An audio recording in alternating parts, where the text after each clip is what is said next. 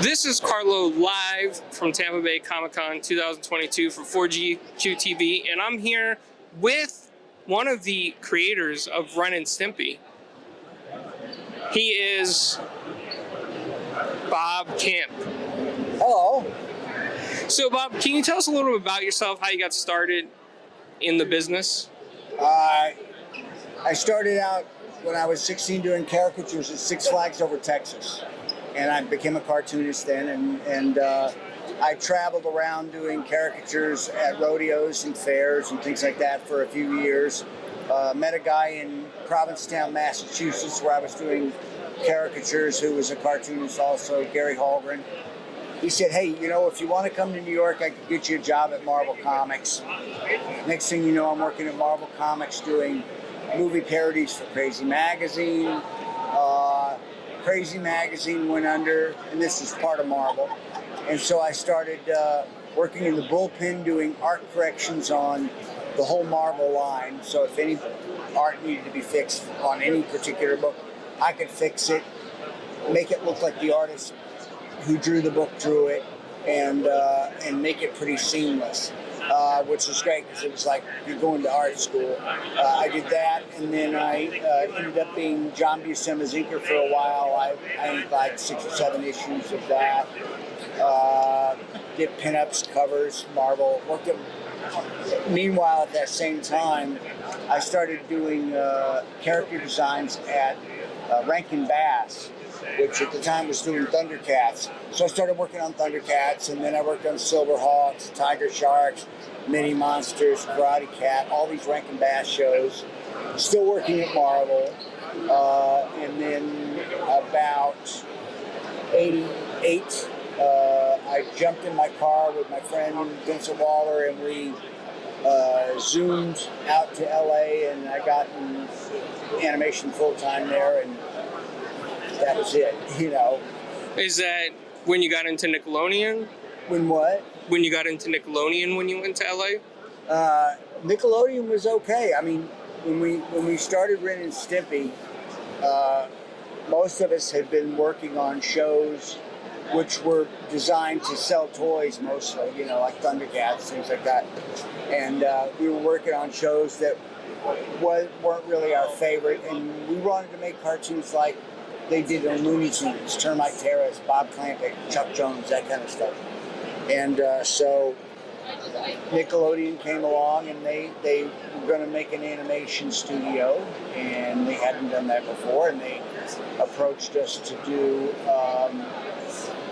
a show of our own creation, which is unheard of. You know, I mean, usually you're working on somebody else's show, and you're doing stuff that, you know, you're paid to do, but you have no emotional investment in, and it's, you know, kind of mind-numbing. But we were suddenly given an opportunity to do something special that we made up, and so we did. You know, that's how it happened. What was the reaction like when Nickelodeon first saw your pilot episode for Ren and Stimpy? They liked it. They really liked it.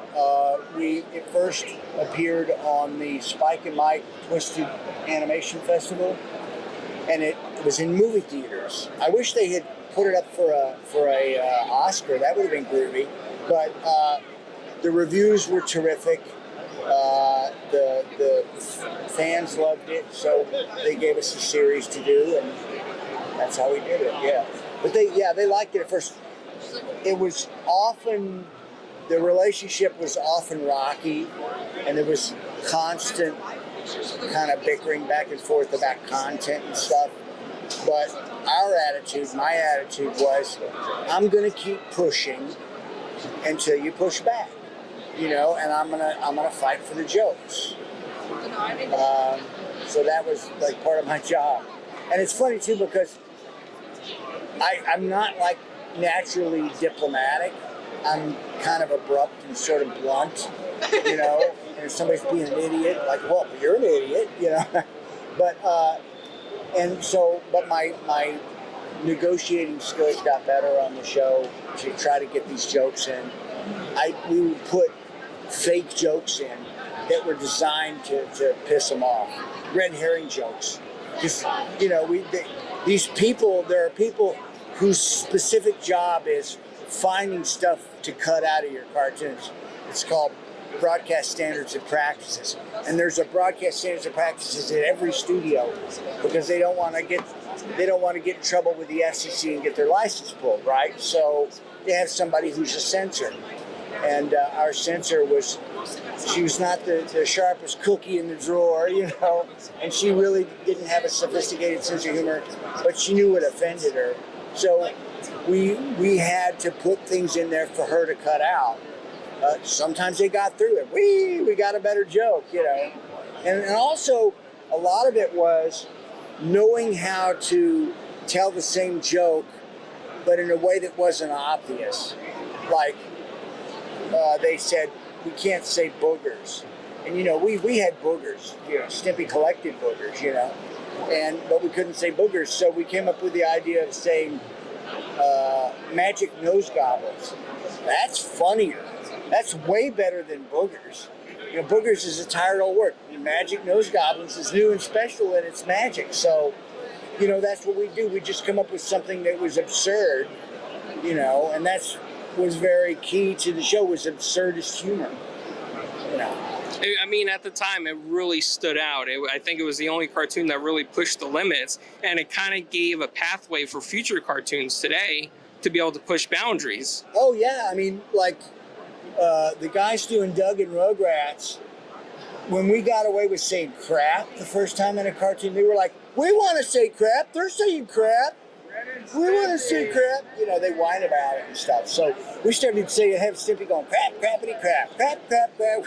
Just saying it on purpose, just for fun, you know. Now, throughout the series of the cartoon, is there any characters that you've gotten attached to? Wilbur Cobb. Remember Wilbur Cobb? He was an old guy. He was 1,000,000 years old, and his ear would fall off. Remember that guy? He was voiced by Jack Carter, the great comedian. And he's one of my favorite characters that I co-created him. And he was based on a tape that was floating around Hollywood, and it was a recording of a really, really old Hollywood film mogul. I don't remember who he was, but it was him going, well, you're either a pusher or a shover, you know, just saying insane crap, kind of like me. But so we used that guy, and we made a character out of him, and his name Wilbur Cobb comes from the Nickelodeon writer who was a story editor for Nickelodeon, who we got notes from about content and about fixing stuff. His name was Will McRobb. So we called Wilbur Cobb. Wilbur Cobb was making fun of Will McRobb. So that's where that comes from. But he's one of my favorite characters. Oh, that's awesome. Now, in Ren and Stimpy, is there any Easter eggs that really stick out to you to this day that you remember really well? Any what? Easter eggs, like anything that you snuck in there intentionally that really sticks out still to this day? I'll tell you a funny one. So we did a cartoon where Stimpy has used up 8 of his 9 lives. And he gets murdered all the time, but survives because he's an idiot. He's a cat, and so he gets really paranoid about dying. He's being really careful, and so there's one of the scenes is he's really starting to lose his mind. And he walks into the bathroom, and he sees Ren sitting on the toilet making a poo and eating a sandwich. And so Stimpy looks at him and he says, "Oh, Ren, you can't do that." And he imagines millions of germs crawling out of the toilet, crawling over the wall, and just absorbing it, right? So Nickelodeon said, you can't have Ren sitting on the toilet eating a sandwich. What's the matter with you? So I changed it, and they were fine. So in the cartoon, he's sitting on a trash can in the kitchen taking a crap and eating a sandwich. So we got away with it, you know. And as far as the cartoon, how long does it usually take to make one episode? Or how long did it take to make one episode of the cartoon? Normally it would take about 6 months to make one episode. We were working for John Cristofalucci, so it took a year because he never knew when to finish anything and he didn't listen to anybody. We were way over budget and way behind schedule, always. Oh, wow. Yeah. Well, I just want to, say thank you for creating Ren and Stimpy. It was a childhood treasure of mine. Even the Game Boy games that were almost impossible to beat. Almost impossible, yeah. I never played them, but I heard that, yeah. Yeah. But what are you doing today? What kind of projects are you working on? I'm working on the Patrick Star Show, which is a spin-off of SpongeBob. And it all takes place in Patrick's house when he's like a teenager and with his family, and they're all just as stupid as he is. And because a lot of the show is in his imagination and in his fantasies and stuff, it's much weirder than SpongeBob and dumber. So it's a good show. It's really fun and funny. I'm glad to be working on it. Yeah. That's awesome. Yeah. The animation from the past that you used to work on to the animation today, has it changed? It's completely different. When we started Ren and Stimpy, it was all hand-drawn animation, hand-painted animation cells, and it was, we photographed it on actual film. We had to cut a negative. Our film editing process was on an old Moviola, so it was like the old-fashioned way. And now everything is done in computers. I mean, we still draw, but we draw on a computer screen. The animation is hand animated by hand, but it's done on a computer screen in a program, Harmony, and all the editing is digital, the color correction's digital, and it's all done overseas. It's a big thing, And plus, just doing it, we were dealing with a small mom and pop kind of a network, and now I'm working for a giant mega corporation. One of the biggest media corporations in the world, Viacom. So it's all completely different. Okay, awesome. Well, I want to thank you for your time. Sure. And I hope you're having fun at Tampa Bay Comic Con. Yeah, we're having a great time. Yeah, we have a good show. And I mean, I'm just sitting here looking at all your artwork, and it's fantastic, man. It's awesome. So thank you very much for the interview. Thanks a lot. And happy, joy.